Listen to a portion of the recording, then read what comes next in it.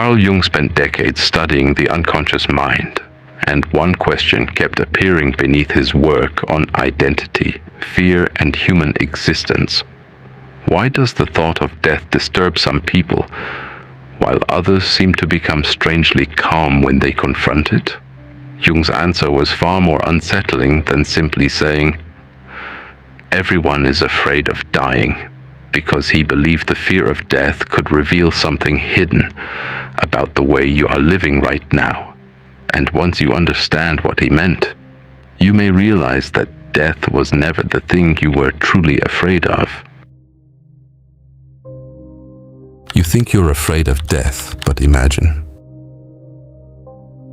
You think you're afraid of death, but imagine, for a moment, that death itself isn't what terrifies you. Imagine the real fear begins when you realize that one day there will be no more time left to become the person you kept promising yourself you would become. That unfinished book, that conversation you kept postponing, that dream you called unrealistic, that version of yourself you always believed would appear. One day, perhaps death doesn't frighten you as much as the realization that your life may end before you feel you've truly lived it. And that is a very different kind of fear, because you can distract yourself from death: work, money, relationships, entertainment, ambition, endless plans for tomorrow. You can fill every quiet moment until you almost forget that time is moving in only one direction. Then something happens. You hear about someone dying unexpectedly. You visit a hospital, you attend a funeral, or you simply wake up one morning and suddenly understand that the future you imagined is not guaranteed. For a few seconds, the noise disappears, and you see your life differently. Not dramatically, just clearly. Carl Jung spent much of his work examining the relationship between consciousness, the unconscious mind, and the human need to create meaning. And mortality has a strange way of exposing that relationship, because when you remember that you will die, the identities you built around yourself begin to look strangely fragile. Your job, your reputation, your possessions, your social status, even the image you have spent years constructing of who you are, all of it exists inside a limited amount of time, and somewhere beneath that realization, another question begins to appear. If I knew I had less time than I thought, what would I stop pretending to care about?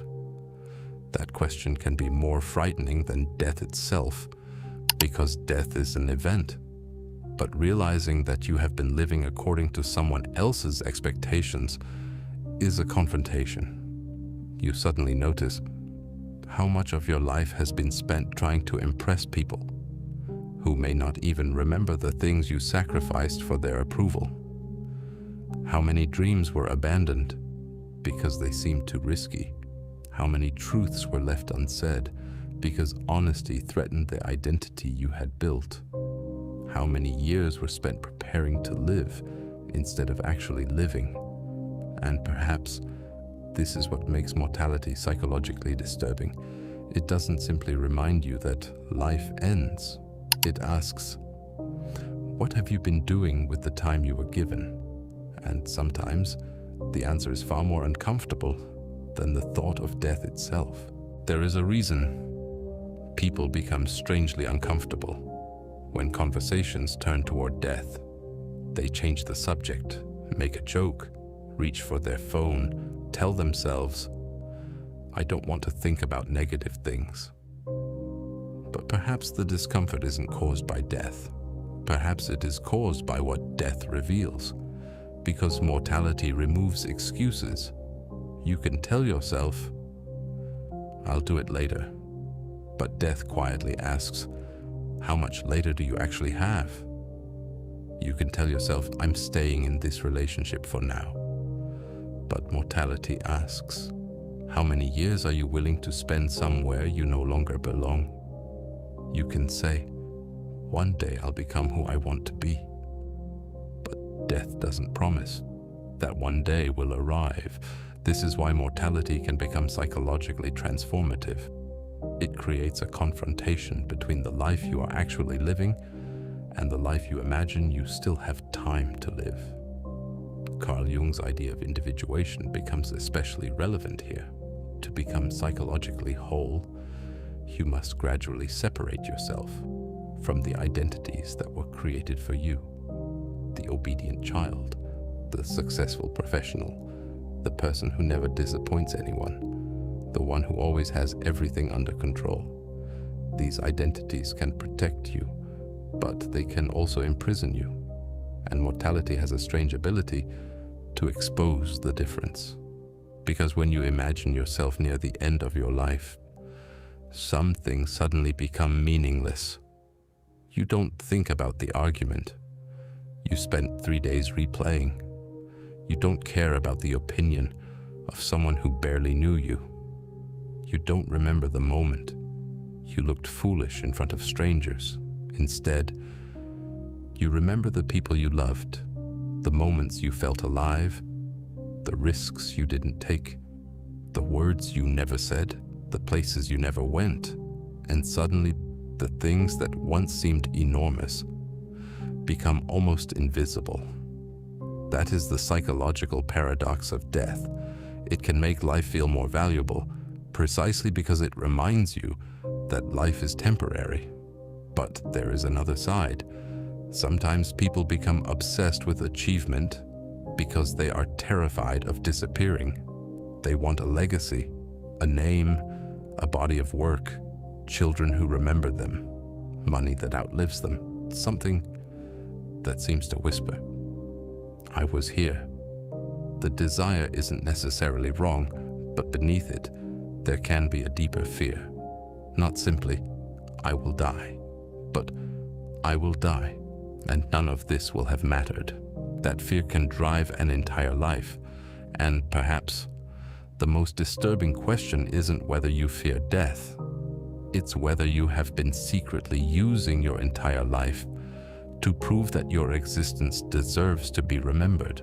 There is another possibility. Perhaps the fear of death becomes powerful when the life you're living doesn't feel like your own. You can be surrounded by people, successful by every external measurement, and still experience a strange emptiness when you are alone. Because the unconscious mind knows something the conscious mind can avoid for years.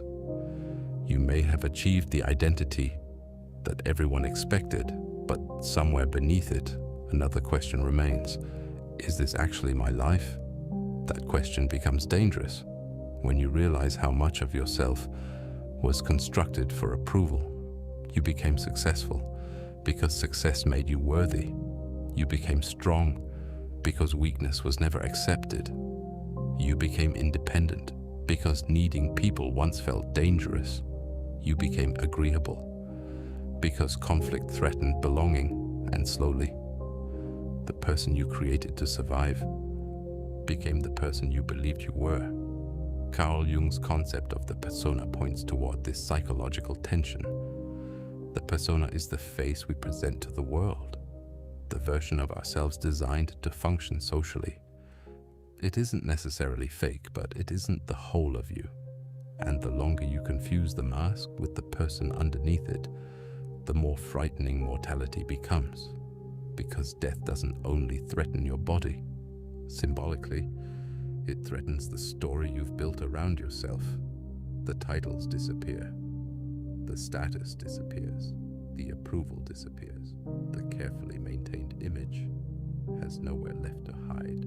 And suddenly, you are left with a question that no achievement can answer. Who was I when nobody was watching?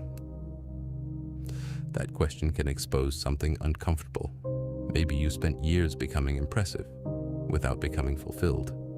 Maybe you learned how to appear confident without ever feeling known. Maybe you became extremely productive because being still forced you to hear yourself. Maybe you kept chasing tomorrow because today never felt like enough. This is where mortality becomes psychologically powerful. It acts like a mirror, not because death judges you, but because the awareness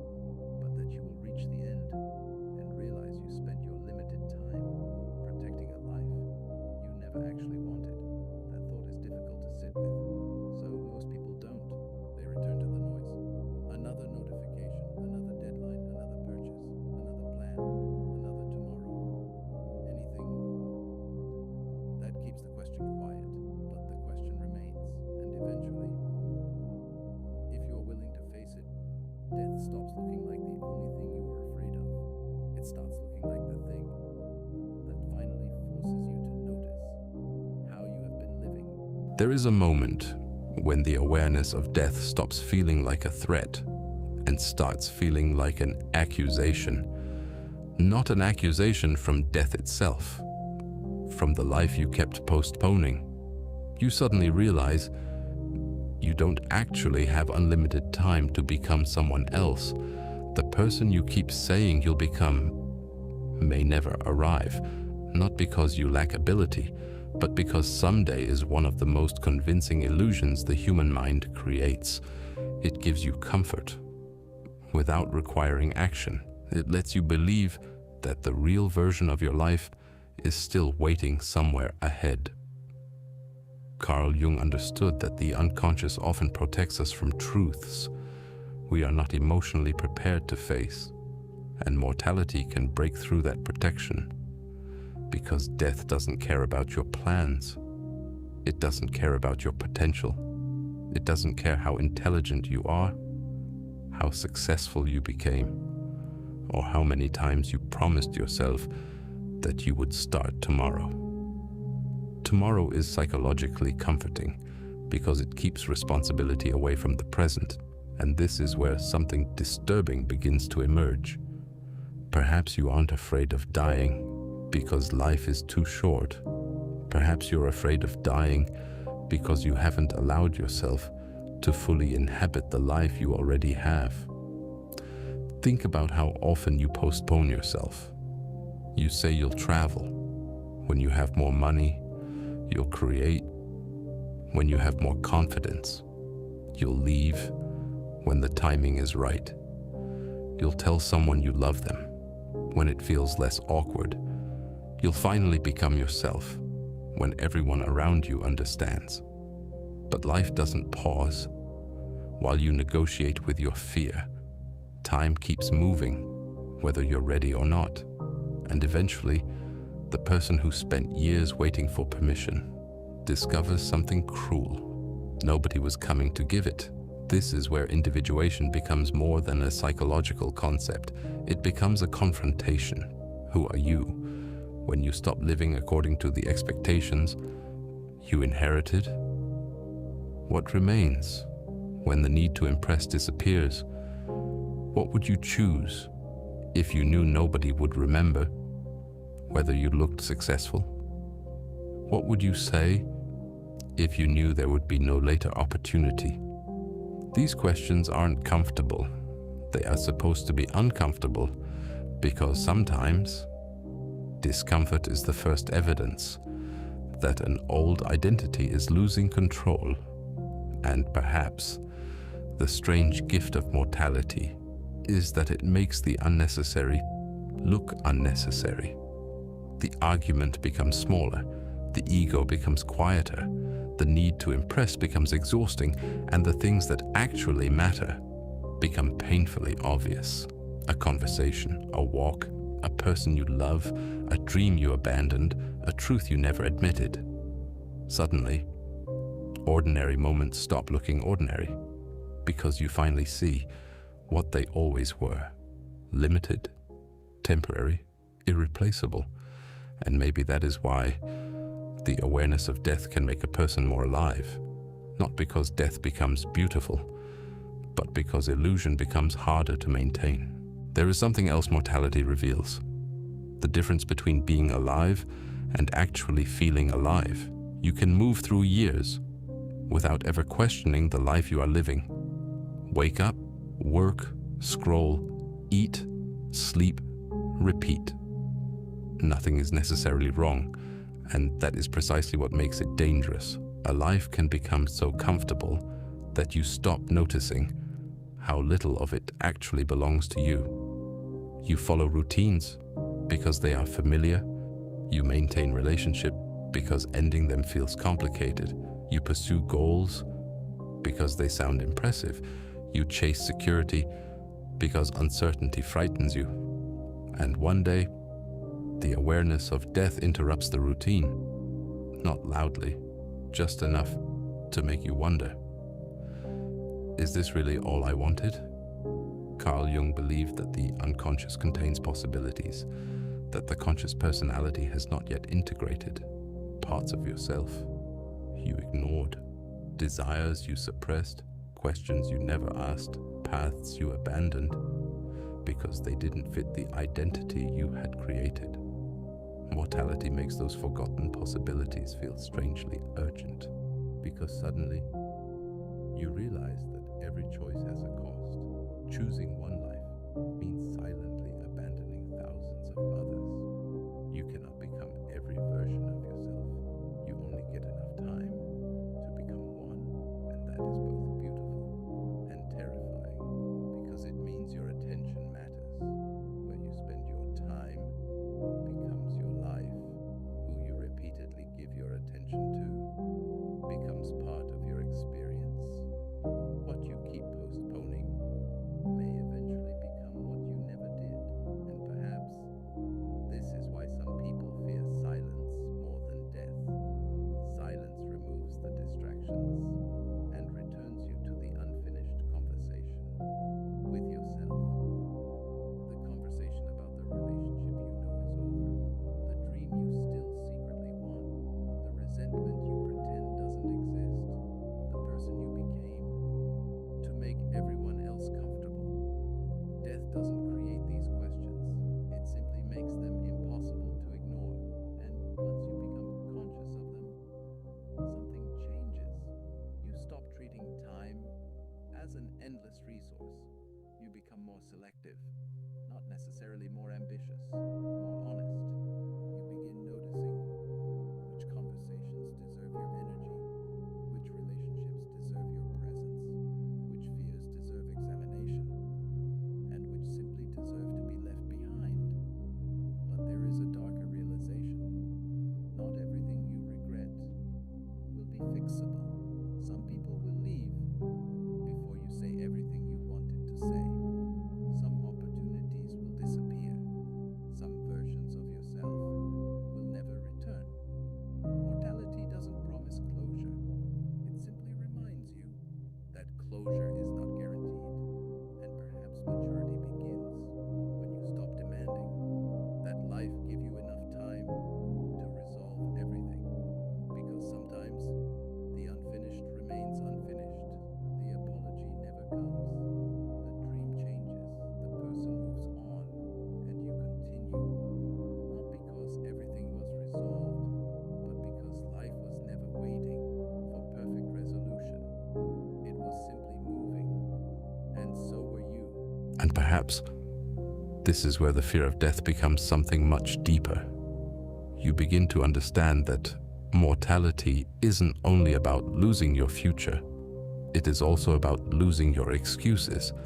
Because once you truly understand that time is limited, you can no longer pretend that every decision is temporary. Staying is a decision.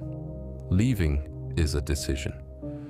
Remaining silent is a decision. Continuing to live for approval is a decision. And the unconscious knows this long before the conscious mind admits it. Carl Jung believed that becoming conscious often requires confronting the parts of ourselves that contradict the identity we have created. Mortality intensifies that confrontation, because the question changes from who do I want people to think I am to who am I willing to be while I still have time. That question can destroy a carefully constructed persona. The person who spent years appearing successful may finally admit they are exhausted.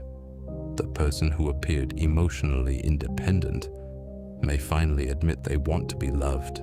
The person who always seemed certain may finally admit they have no idea where their life is going. And strangely, those admissions can feel like failure, but perhaps they are not. Perhaps they are the first moments when the mask becomes thinner and the person underneath becomes visible. You begin realizing that death doesn't require you to become fearless. It simply makes pretending more expensive. Every year spent pretending is a year that cannot be recovered. Every relationship maintained only from fear consumes time. Every dream postponed indefinitely quietly becomes part of your past. This doesn't mean you suddenly abandon everything. It means you begin looking at your life with a different kind of honesty. You ask, if nothing changed for the next 10 years, would I recognize the life I'm living? That question can be brutal because sometimes the answer is no. And when the answer is no, the mind immediately searches for reasons to postpone the realization. It's not the right time. Things will improve. I'll deal with it later. But mortality has already whispered, there may not be an infinite number of later moments. And perhaps the deepest psychological transformation happens here. Not when you stop fearing death, but when you stop using the fear of death as an excuse to avoid living. You don't need to become reckless. You don't need to chase every dream. You don't need to romanticize mortality. You simply need to become conscious of what your limited time is revealing. Because once you understand that everything ends, even the ordinary becomes strangely precious. A conversation, a quiet morning, someone's hand in yours, a chance to begin again, a moment when you finally tell the truth. None of it lasts, and that is precisely why it matters. There is a point when mortality becomes less about the end and more about the truth. You begin to see that the fear you've carried was often attached to something else. Fear of wasting your potential, fear of being forgotten, fear of never being loved deeply enough, fear of never becoming the person you imagined when you were younger. And beneath all of them, there is often one quiet fear. What if my life passes and I never really become myself? Carl Jung's idea of individuation was never simply about becoming unique. It was about becoming conscious of the difference between who you actually are and who you learn to be. Mortality makes that difference impossible to ignore forever, because one day there will be no more opportunities to perform the role, no more chances to impress the people whose approval controlled you, no more future version of yourself waiting to repair every unfinished part, only the life that actually happened. And that realization can feel cold, because potential is comforting. Potential allows you to imagine that everything important is still ahead. But eventually, potential must become experience, or it remains nothing more than a beautiful story. You can spend your entire life saying, I could have, and still never discover what you actually could have done. Perhaps that is why mortality creates such strange regret. Not always regret over mistakes, sometimes regret over unlived possibilities. The conversation you never started, the person you never approached, the work you never created, the truth you never admitted, the version of yourself you kept postponing. And yet, there is something strangely freeing about this realization, because if time is limited, then perfection becomes less important. You don't need every decision to be flawless. You don't need everyone to approve. You don't need certainty before beginning. You simply need enough awareness to stop wasting your life trying to become acceptable to people who will never live your life for you. This isn't motivation, it's mortality. And mortality doesn't encourage you. It simply removes the illusion that there will always be more time. That is why perhaps you should stop asking, how do I stop being afraid of death, and ask something much harder. What would I change if I truly believed my time was not unlimited? Not tomorrow, not someday, now. Because eventually, the future you keep waiting for will become the past. And when that happens, you may discover that death was never the thing you were most afraid of. You were afraid of reaching the end and finally understanding how much of your life you had spent waiting to begin. And perhaps, once you understand that death is inevitable, another illusion begins to disappear. The illusion that you are separate from everyone else. Everyone you know is moving toward the same ending. The person you envy, the person you hate, the person whose approval you desperately want, the person you believe has figured life out. All of them are temporary. And strangely, that realization can soften something inside you. The ego spends enormous amounts of energy trying to establish superiority, to be more successful, more attractive, more intelligent, more respected, more important. But mortality eventually makes all those comparisons look strangely small. Carl Jung understood that the ego is only one part of the psyche. It wants control, recognition, continuity. It wants to believe, I am special. I am different. I will somehow escape the ordinary fate of everyone else. But death doesn't negotiate with the ego. It simply exists. And perhaps that is why mortality can become such a powerful psychological mirror. It reveals how much of your identity was built around comparison. You don't need to become insignificant. You simply stop believing that your significance depends on being above someone else. You begin to understand that another person's success doesn't reduce your existence. Another person's beauty doesn't erase yours. Another person's recognition doesn't make you invisible, because everyone is living inside the same strange condition, a limited amount of time, inside a life they didn't completely choose, trying to make meaning before the clock runs out. That realization doesn't make life meaningless. It makes meaning personal. You stop waiting for the world to tell you what your life was supposed to mean. And perhaps this is where Jung's psychological journey becomes most important. The goal isn't to defeat death. You can't. The goal isn't to become immortal. You won't. The goal is to become conscious enough that the fear of death doesn't force you to live unconsciously. Because there is a difference between knowing you will die and allowing that knowledge to change how you live. One creates anxiety, the other creates awareness.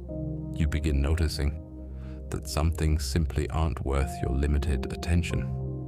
Some arguments, some expectations, some performances, some grudges, some versions of yourself that were built only to impress people who were never going to understand you anyway.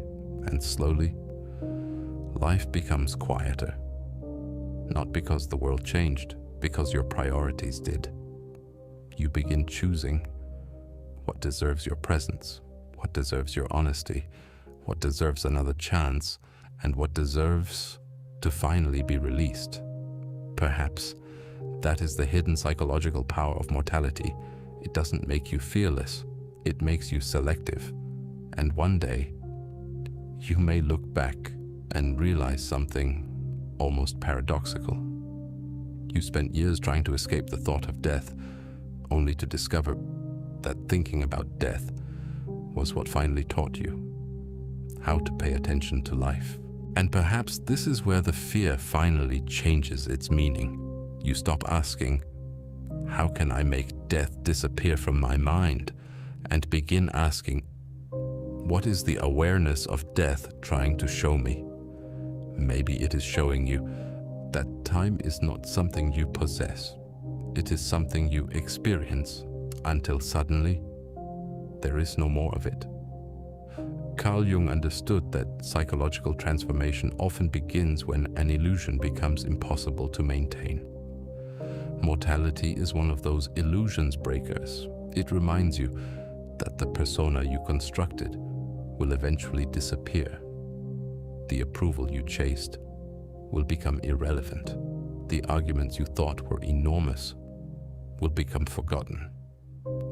The things you owned will belong to someone else, and the image you spent years protecting will eventually have no one left to protect it. What remains is not your reputation.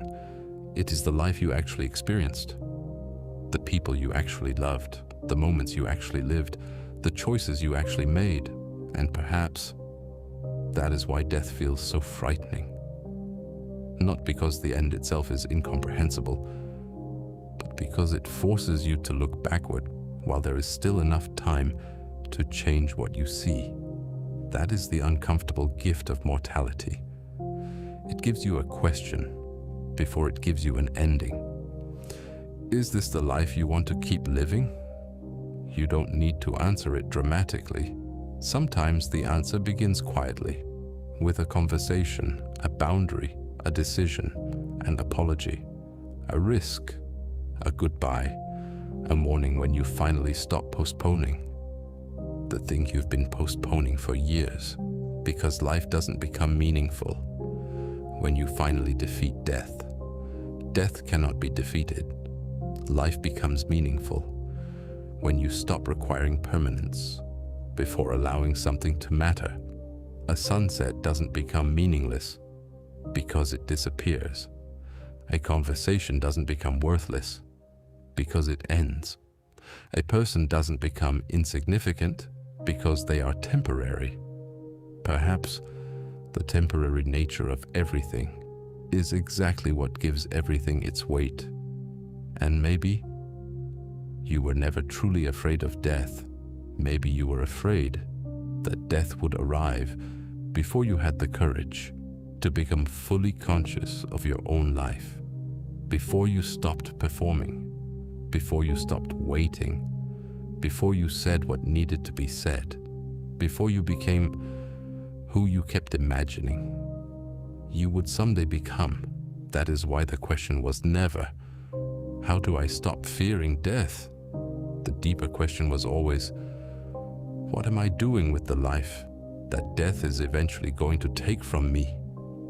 And perhaps when you can finally sit with that question, without distraction, without denial, without pretending, and something very strange happens.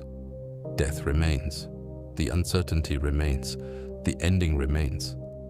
But the fear becomes quieter, because for the first time, you are no longer trying to escape the fact that life ends. You are finally paying attention while it is still happening.